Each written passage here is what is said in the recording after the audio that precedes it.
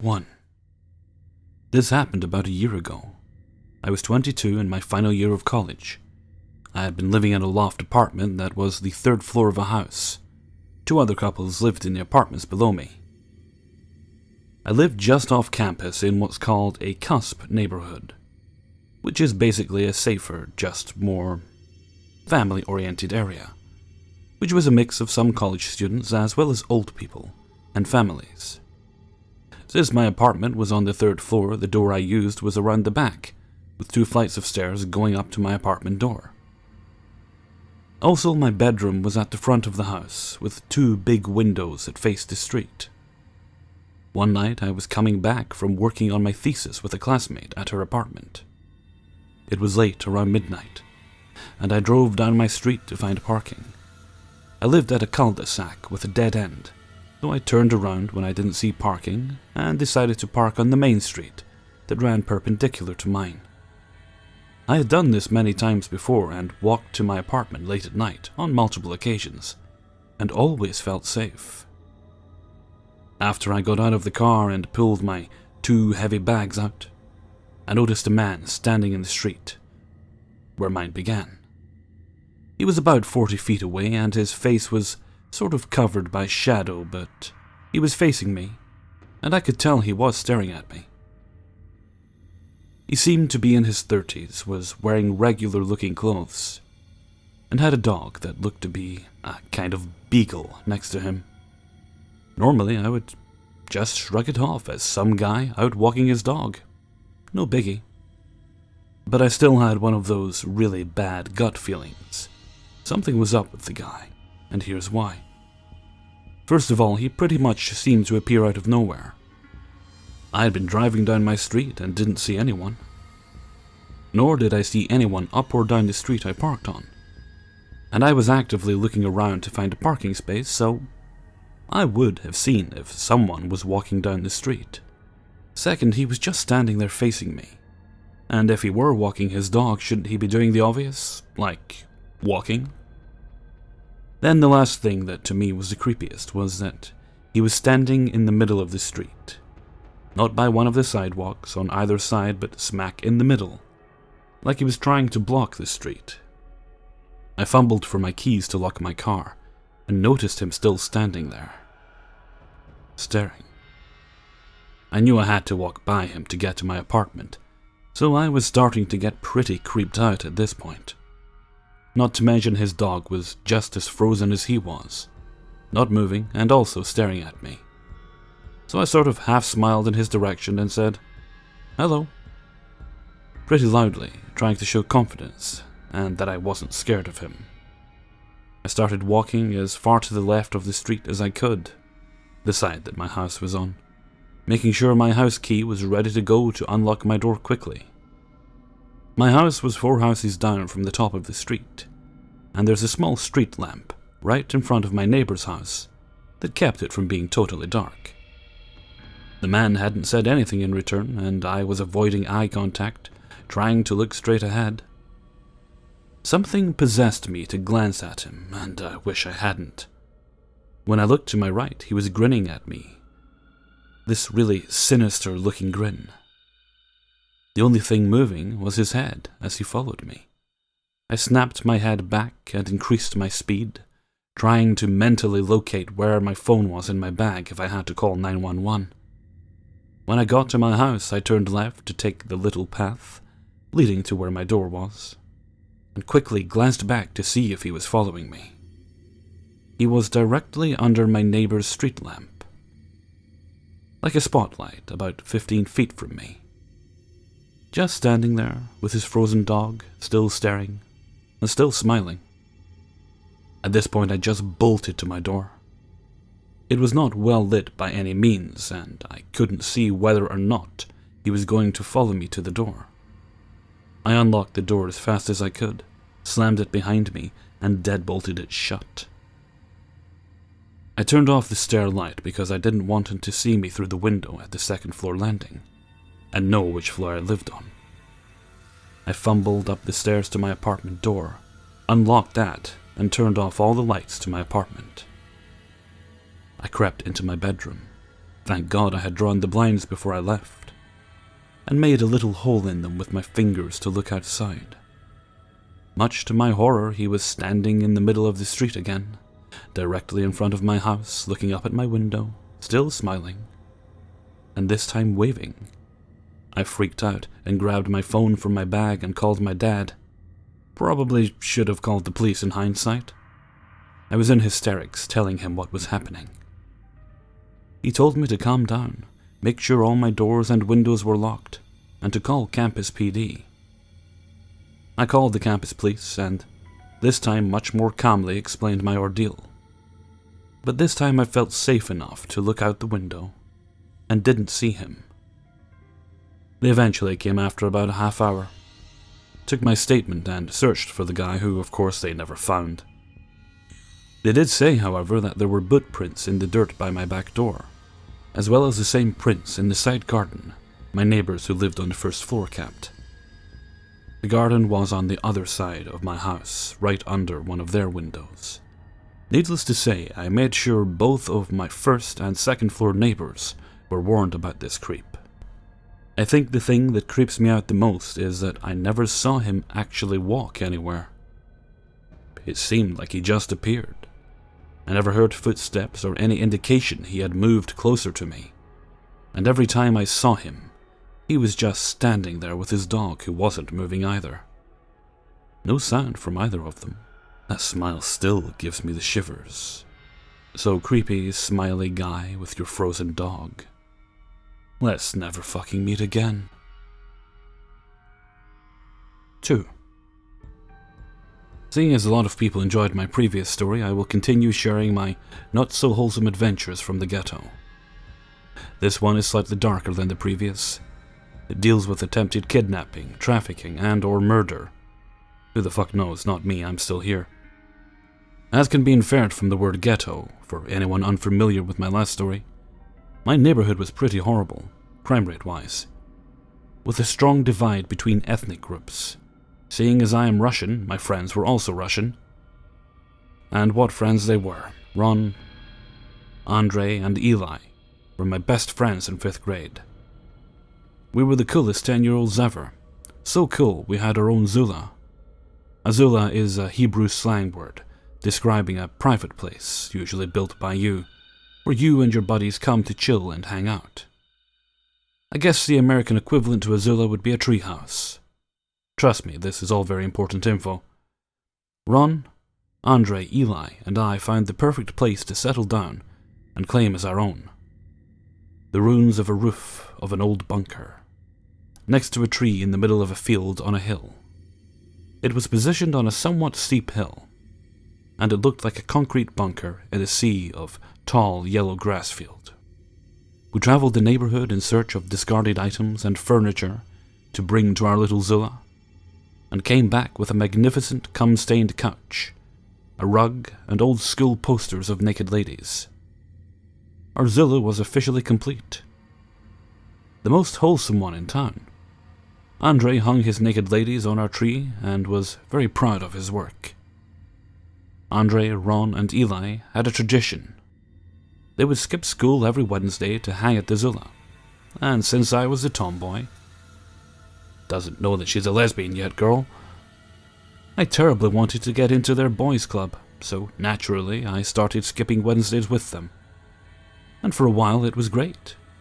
We'd play cards, discuss 5th grade politics, and prank call our neighbors until one day, Andre just had to do a stupid.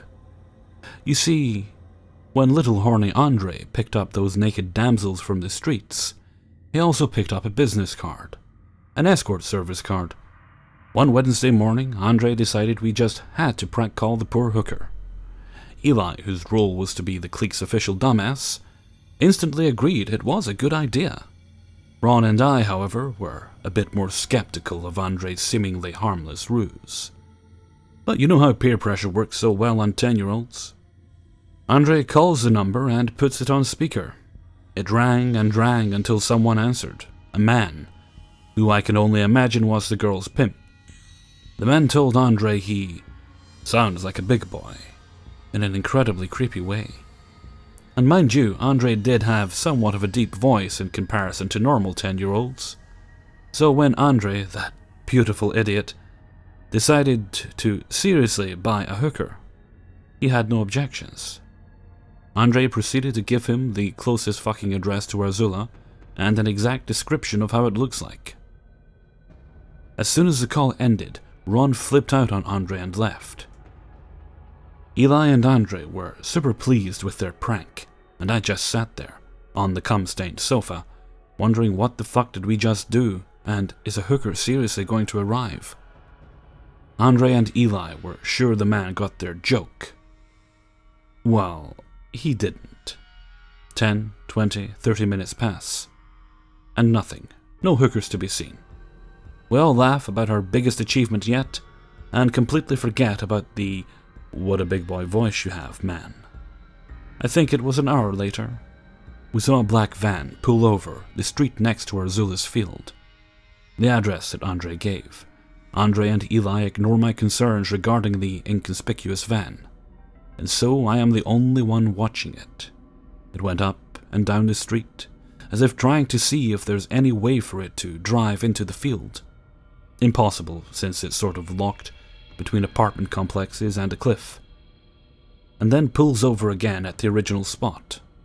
At this point, you'd expect a woman to come out. But no. Oh no. Two men got out of the van and started walking uphill towards our field, towards us. I could feel myself screaming internally as I motioned my buds to look. We all sort of freeze and have a little "oh God, what have we done" moment. And then one of the men yell, "Big boy, I need to ask you something." And we practically leave a cloud of dust getting the fuck out of there. We ran up a greasy hill, which gets quite deep as you approach its peak, when Eli falls and scabs his knee. We didn't notice him falling because he didn't make a sound. And by the time we saw him, we were too far, and even more terrified as the men were approaching him and us fast. So we left him there, like the cowardly 10-year-olds we were, and kept running. We reached another bunker area in the upper street. It is Israel. Bunkers and shelters are everywhere, and hid in one of the 4 concrete shelter buildings, designed like big old boxes. We gently closed the metal door, sat in the farthest, darkest corner and waited. We could hear the men searching the other shelters, and at this point we're pretty sure we're gonna be found. The moment came, and the man opened our shelter's door. I remember his voice till this day, cold, eerie, disgusting. "We just want to talk. We came all this way for you." We screamed our lungs out, and by sheer chance a couple who were walking their dogs came to the area to investigate our cries. They scared away the men with threats of police, and their massive German shepherds. And we thought that'd be that. We were so fucking relieved, but then we remembered. Eli. We quietly creeped back down towards Arzula, but didn't see Eli anywhere. Andre was the only one of us who owned a cell phone, so calling him was impossible. We thought maybe he'd manage to run back home, and that was our next destination. I remember we looked around carefully for the van. There wasn't parked in our vicinity anymore, so we walked down to that street, on a route which connects to my street, and eventually to Eli's. We managed to get to my street, and at this point, we were sure the van and men were gone. We were wrong. They circled the neighborhood. We saw them coming back behind us. We freaked out and ran up a long case of stairs. The van almost hit us and the stairs, breaking with a screeching tire sound. And one of the men jumped out of it and started galloping up the stairs, chasing us like a crazed baboon, yelling disturbing things at Andre. "You have such a pretty ass. It's gonna be mine." And that'd be the least disturbing comment of them all. We were not fast enough to outrun the man, and in the middle of the staircase, just as we were about to break into the rocky terrain, he grabbed Andre. Andre was screaming so hard by now. I never heard him scream like this. and I was in tears. Then, in a moment of accidental courage, I picked up a rock and ran down towards the van. The man was so fucking close to shoving Andre in the back of that van when I proceeded to snipe his head with my trusty rock. It made him let go of Andre, miraculously turning him into Speedy fucking Gonzalez as he started to run away, still screaming his very soul out. I, on the other hand, was pretty much fucked. That man was so incredibly pissed. I never saw someone so angry in my life. The other man in the van yelled, "Grab her! She'll do!" as I tried running away, but at this point it was futile. The man grabbed me by my hair and started dragging me towards the van.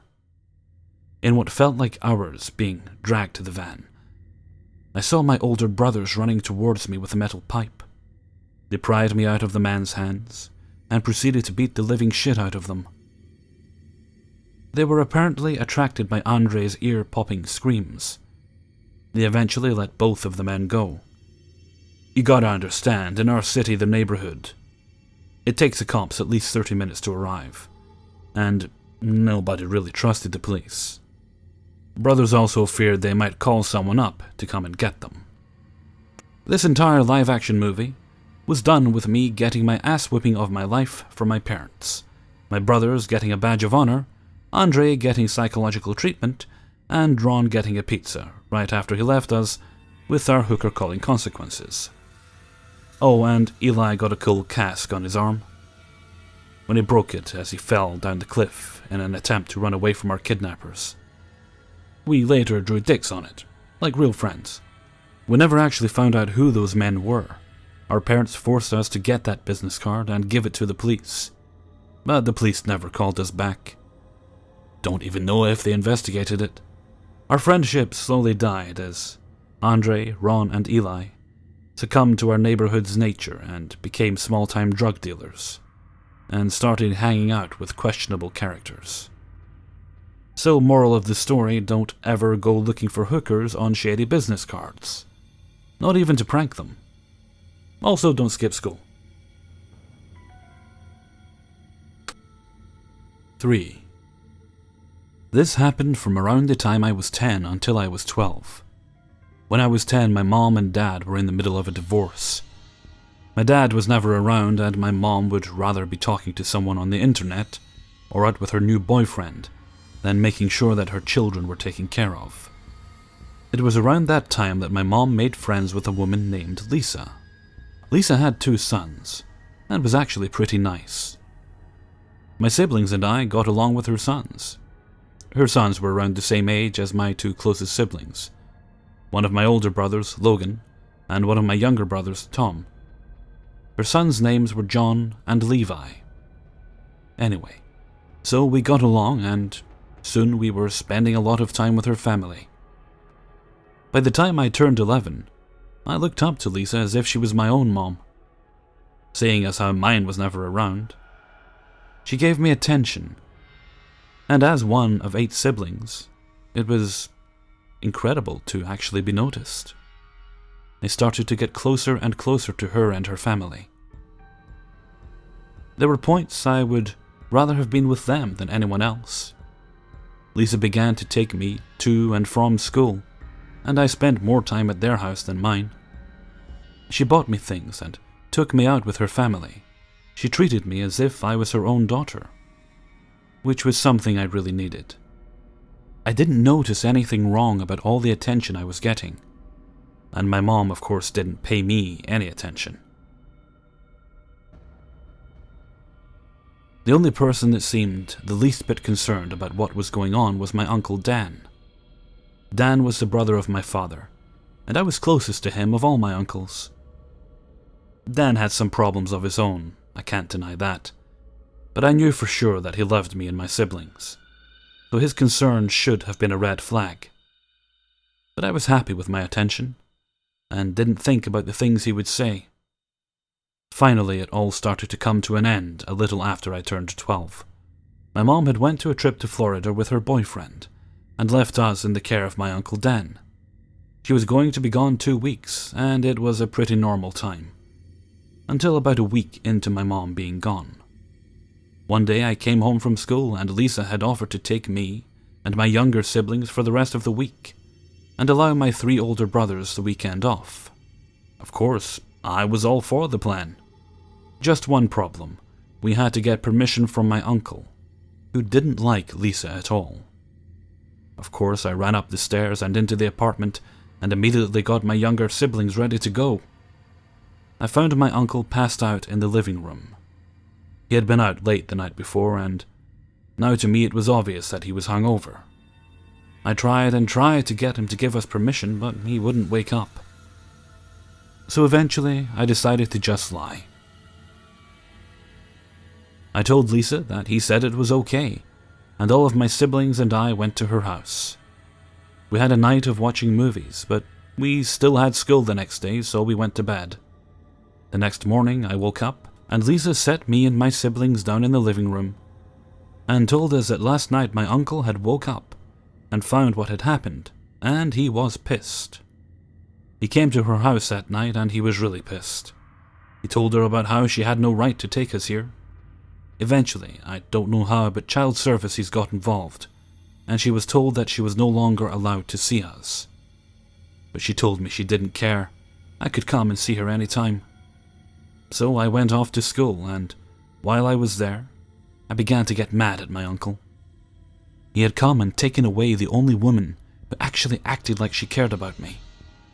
As my anger grew throughout the day, I decided I wouldn't talk to my uncle again.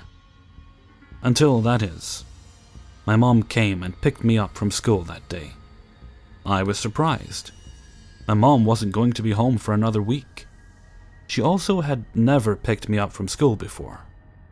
I told her that Dan had caused us not to be able to see Lisa again, but my mom told me that he was right. Then she went on to tell me that Lisa had been constantly reporting us to child services for the past few months. She had even been in contact with our social worker and told him that she was willing to take me in if I was ever taken from my mom's custody. That was when I started realizing that maybe Lisa wasn't as nice as I thought she was. My mom told me that she thought she was trying to get me from my family so she could have a daughter of her own. I know it sounds skeptical to most people, but at the time I was young and believed what my mom was saying. Now I know that she was right. After that, I never went back to Lisa's house. You would think that would be the end of it, but no. I still went to school with her older son. We rode the bus together, and every time we would get off the bus at her stop, Lisa would be there waiting for him in her car to drive him up their driveway and to their home. Every time I would see her there, I would take the back route instead of the main road to get to my apartment. That went on for a few months. I didn't notice then, but Lisa would be there every time I got off the bus. Even the times that John wasn't on the bus. So one time, I got off the bus and she was there, and so I began to head for the back route when I heard a really loud and long beep come from her car. I stopped in my tracks and turned around to see that she had rolled down her passenger side window. She was staring at me, and she leaned closer to her window and crooked her finger at me. And me, being the dumb and scared 12-year-old girl that I was, slowly walked over. I remember my heart was pounding, and I was dreading what was going to happen the closer I got. When I made it to the car, I tried to keep a decent amount of distance between it and me. I bent down a little so I could see her face. Her face was contorted into a sneer, and her eyes seethed with anger. She leaned even closer, and her words seeped out of her mouth. Her voice was terrifying, and had me wanting to cry. "You should come see me sometime." It wasn't a request. It was a demand.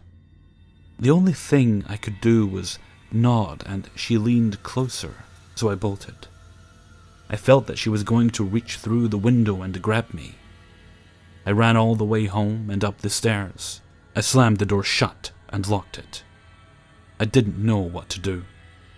She knew where I lived, and she could show up at any time. And I was scared she would. No one was home but me, and I knew my mom would once again be gone tonight. I didn't sleep that night, to say the least. I didn't tell anybody about what happened, nor the fact that she was still there every time I got off the bus. Eventually, maybe inevitably, we were placed into child protective custody, so I never did see her again. That was until I started working at the deli in the Ingles grocery store. The first time I saw her, I ran into the cooler and proceeded to have a mini freakout. I was 22 years old and working in the deli while I was on break from college. I saw her a couple more times, and each time I would hide and have a mini freakout, praying to God she didn't see me, or that she didn't recognize me if she did. I don't work there anymore and I'm back at school, so Crazy Lisa, let's not meet again.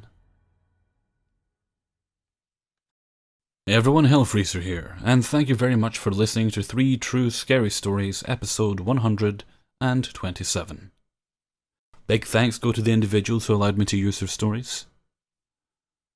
I'd also like to welcome all my new subscribers, and thank all my existing subscribers for having stuck with me. It is very, very much appreciated, I can assure you.